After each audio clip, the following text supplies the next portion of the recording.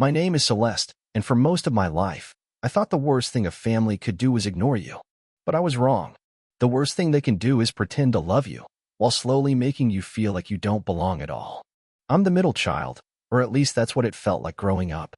Technically, I was the youngest, but my cousin Ivy, who basically lived with us, might as well have been my parents' biological child. That's how they treated her. Ivy wasn't just a guest in our home. She was the home, the golden girl, the one who could do no wrong. When my mom's sister, Ivy's mom, died in a car accident, my parents took Ivy in without hesitation. I was 6 at the time, too young to understand why Ivy suddenly had my bed and why my toys were being shared. My parents said it was temporary, that we were helping family, that it was the right thing to do. But temporary became permanent, and Ivy became everything I wasn't. She was bubbly, photogenic, always dressed like she stepped out of a catalog. My mom loved doing her hair. My dad bragged about her school projects, even when I was the one who helped her do them. At first, I tried to be okay with it. I told myself it was just grief, that my aunt's death had shaken everyone, that Ivy needed more attention because she had lost so much. But years passed, and nothing changed. If anything, it got worse. I'd come home with an A on a math test, and Mom would glance up from brushing Ivy's hair, give me a quick, good job, then return to gushing about Ivy's new outfit. Dad once forgot to pick me up from drama club, but made sure to leave work early for Ivy's soccer games, even when she didn't want to go. There were moments, brief, flickering ones, where I convinced myself I was imagining it, that it wasn't favoritism, that I was just being petty or jealous or too sensitive. But then came the birthday. Not mine, Ivy's. She wanted a garden-themed party. My parents rented a venue, real florists. Ivy got a new dress, a photographer, even a balloon arch shaped like butterflies. She looked like a fairy tale. 2 weeks later, my birthday arrived. I got a cake from the grocery store and a sweater that still had the sale tag on it. I didn't say anything. I smiled, thanked them, cleaned up after my own cake.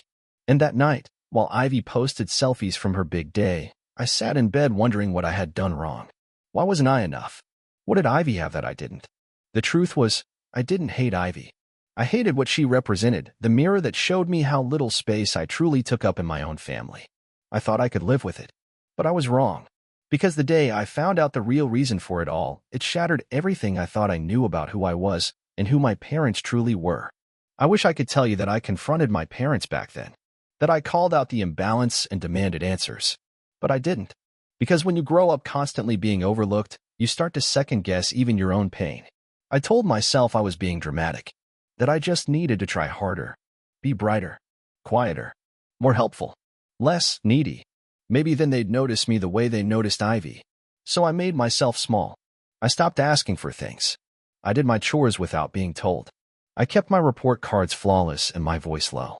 I thought if I became less of a burden, maybe I'd be worthy of attention. But all it did was make me invisible.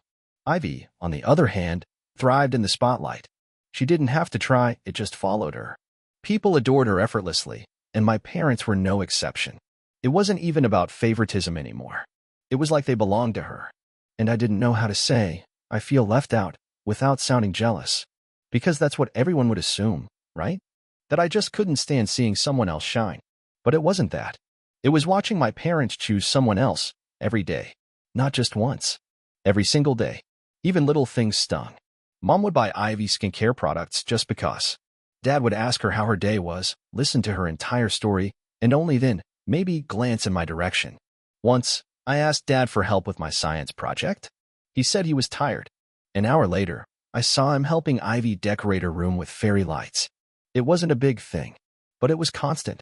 That's what people don't get. It's not about one cruel moment. It's the slow drip of being second choice until you're not a choice at all. I started to distance myself, emotionally first, then physically. I spent more time at the library, at friends' houses, at school, volunteering for anything that kept me away from the house. Because at least outside those walls, I wasn't constantly reminded that love in our family was conditional and I clearly hadn't met the conditions. But everything came to a head when Ivy and I were 15. That year, something shifted. Not in how they treated me, but in how Ivy looked at me. There was this weird tension. She'd watch me closely, like she was waiting for me to say something I didn't know I knew. She'd hover in doorways when I was talking to Mom. She started asking strange questions, like when I learned to walk, or if I remembered going to the beach as a toddler. Once, I found her staring at an old family photo in the hallway, one of the few that didn't include her. She looked confused. Then she looked at me. "You don't look like either of them, you know," she said quietly. I laughed it off at the time, but her words stuck in my ribs like splinters. I didn't look like my parents. That was true. People had commented before, but I always dismissed it. Genetics are weird, I'd say. Recessive traits. Family from mom's side. But now, I wasn't so sure. Something was off. There were too many silences. Too many subjects they avoided. And too many pictures missing from the photo albums, as if someone had chosen to erase parts of my past. I didn't know what I was looking for back then, but I knew something was wrong. And soon, I'd find out just how deep that wrongness ran. I didn't want to be the paranoid kid digging through old drawers and attic boxes like some detective in a soap opera. But once Ivy planted that seed, "You don't look like either of them," I couldn't stop thinking about it. It gnawed at me. I started looking for clues. Quietly at first. Late at night, when everyone was asleep, I'd sneak into the den and flip through the photo albums Mom kept in the cabinet. I wasn't looking for anything specific. I just wanted to see. Wanted to feel something that connected me to the people who raised me. But the pictures told a different story. There were hundreds of photos of Ivy. Baby pictures, birthdays, school plays.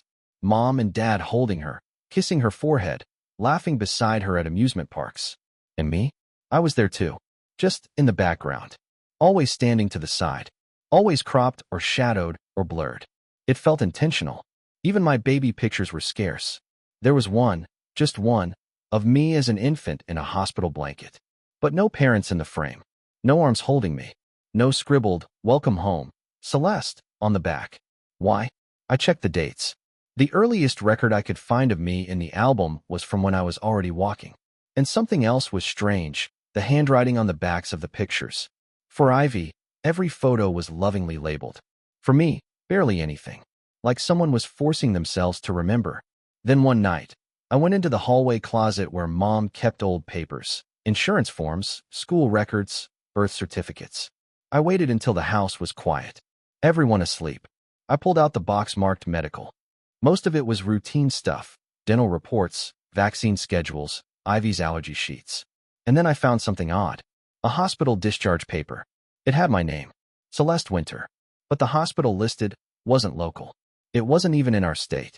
I was born in a place 3 hours away. I froze. My parents had never mentioned living anywhere else. We'd always lived here, in this same neighborhood, in this same house. I dug deeper. I found a social services document, an envelope, unmarked, containing a letter dated just before my first birthday.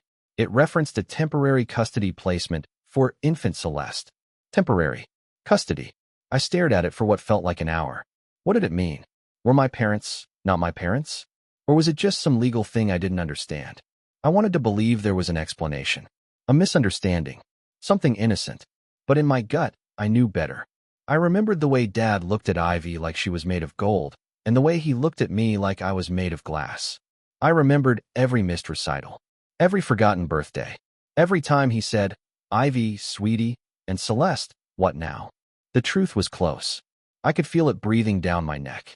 I just needed one more piece. So the next day, I made a decision that would change everything. I ordered a DNA test.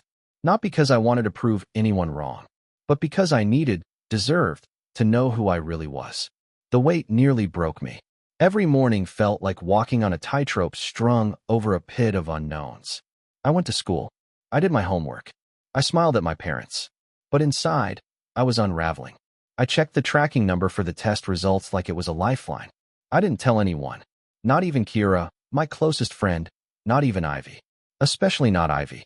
Because if I was right, if everything I feared was true, then my entire existence was about to be rewritten. And I wasn't ready for the world to know until I knew how to survive it. Then one afternoon, it happened. I got the email. "Your DNA results are ready." My hands shook so hard I could barely click the link. I sat in the bathroom with the door locked, knees pulled up to my chest, staring at my phone as if it might bite me. And then I saw it. The words that cracked my world open like a fault line.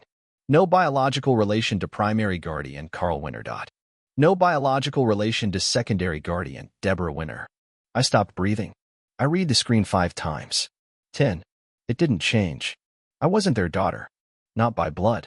Not by birth. Not by anything real. They weren't my parents. They were my guardians. Legal, perhaps, but not biological. And suddenly, every moment from my childhood came flooding back, not as misunderstandings or moments of insecurity, but as evidence. The distant hugs. The empty praise. The favoritism toward Ivy. The lack of baby photos. The strange hospital. The word temporary on the documents. It all made sense. And that was the most devastating part. It fit too well. I didn't cry at first.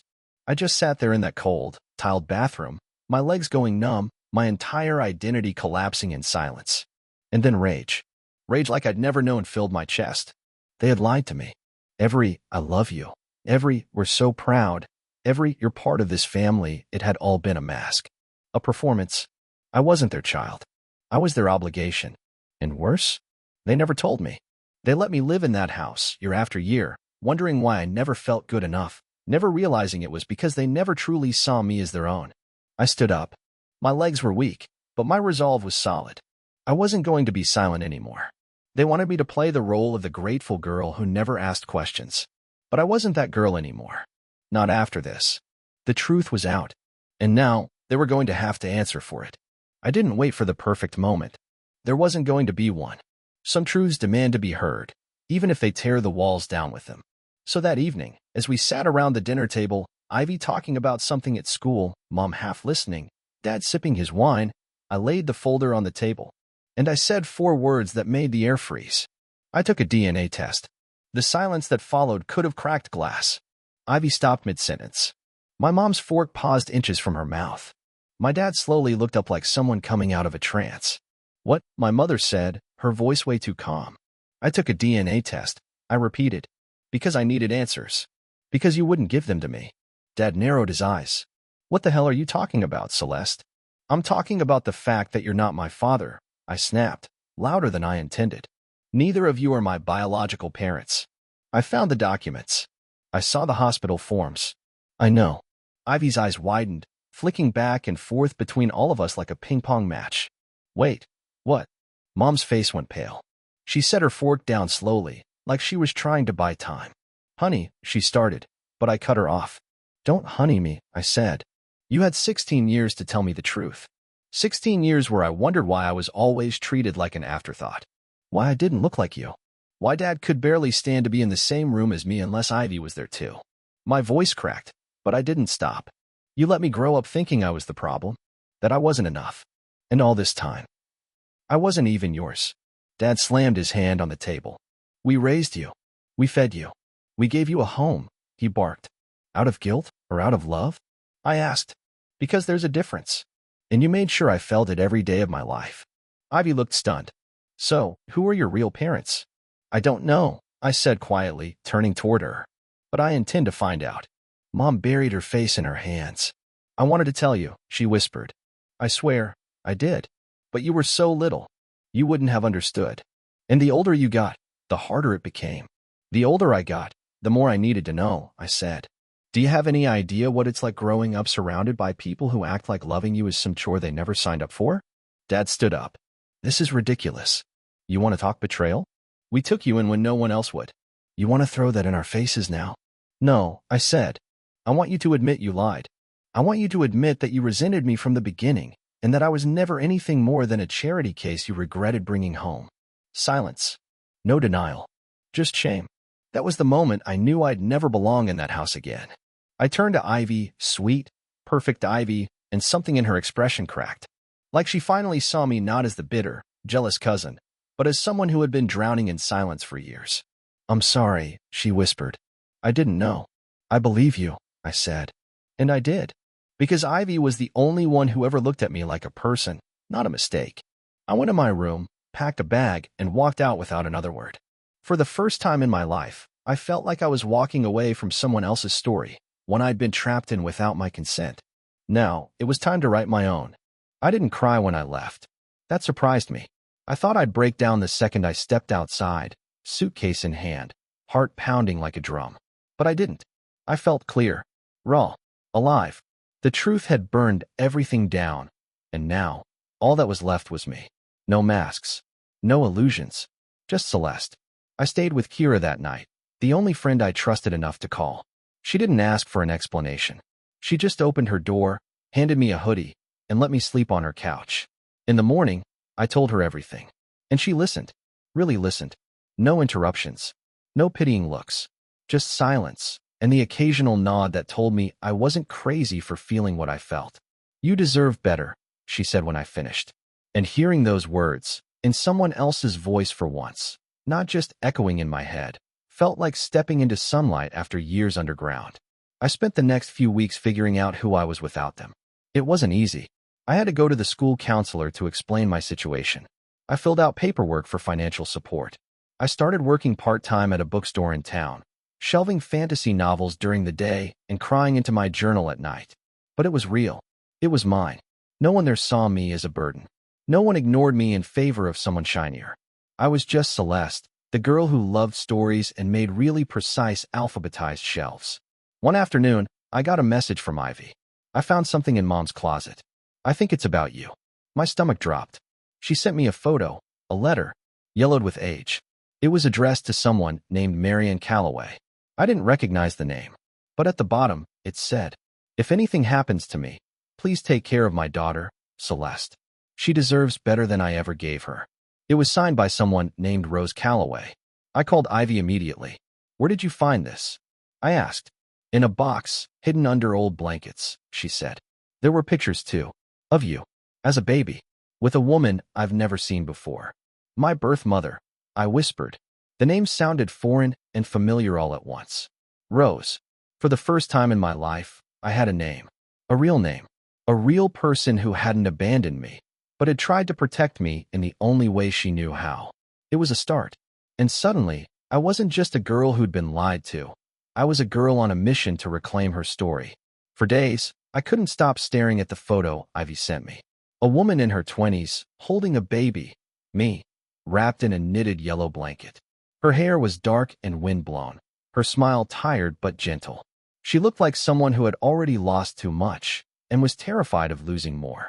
That was my mother, Rose Calloway. Not the woman who raised me, not the woman who handed me lunch money and forgot my birthdays, but the one who bled to bring me into the world, and who tried, in her own broken way, to save me from it.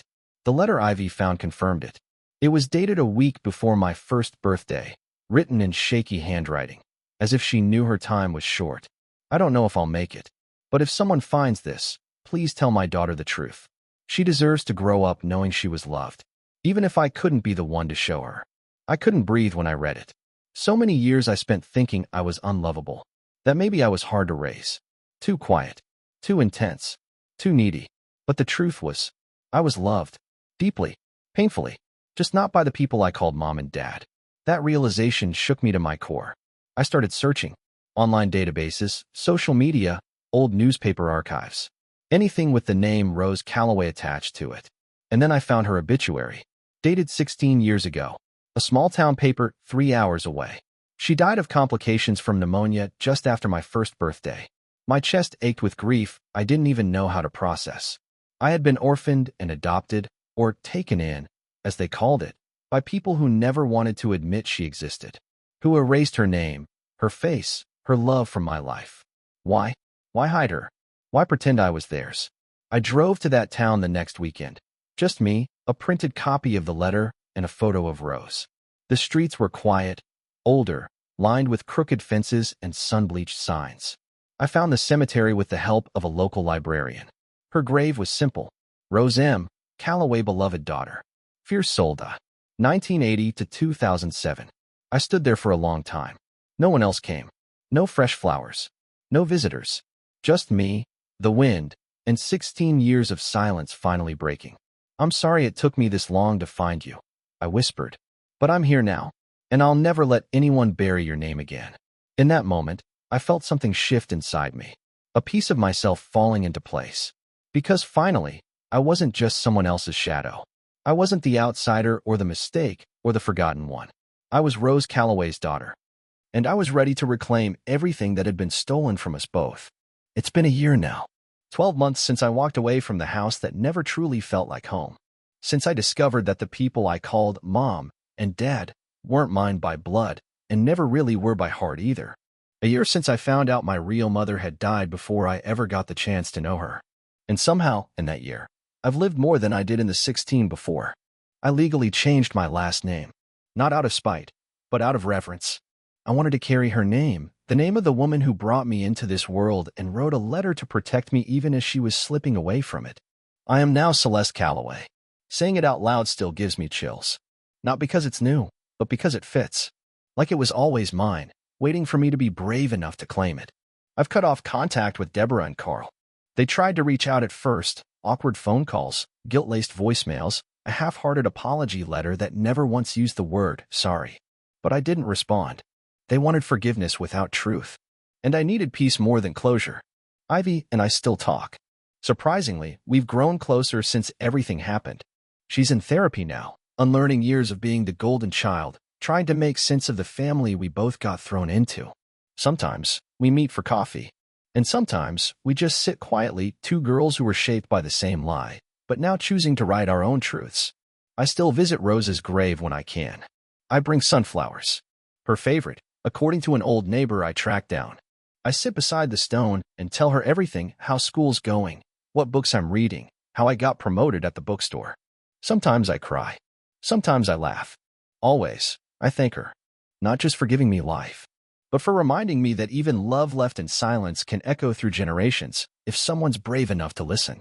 I don't know what the future holds, but I do know this. I am not their failure. I am not their shame. I am not the forgotten girl they tried to mold into someone else's shape. I am Celeste Calloway, daughter of a fighter, a survivor of lies, and the author of my own story now. And I will never again apologize for taking up space. Not in this world. Not in my own life. Not ever again.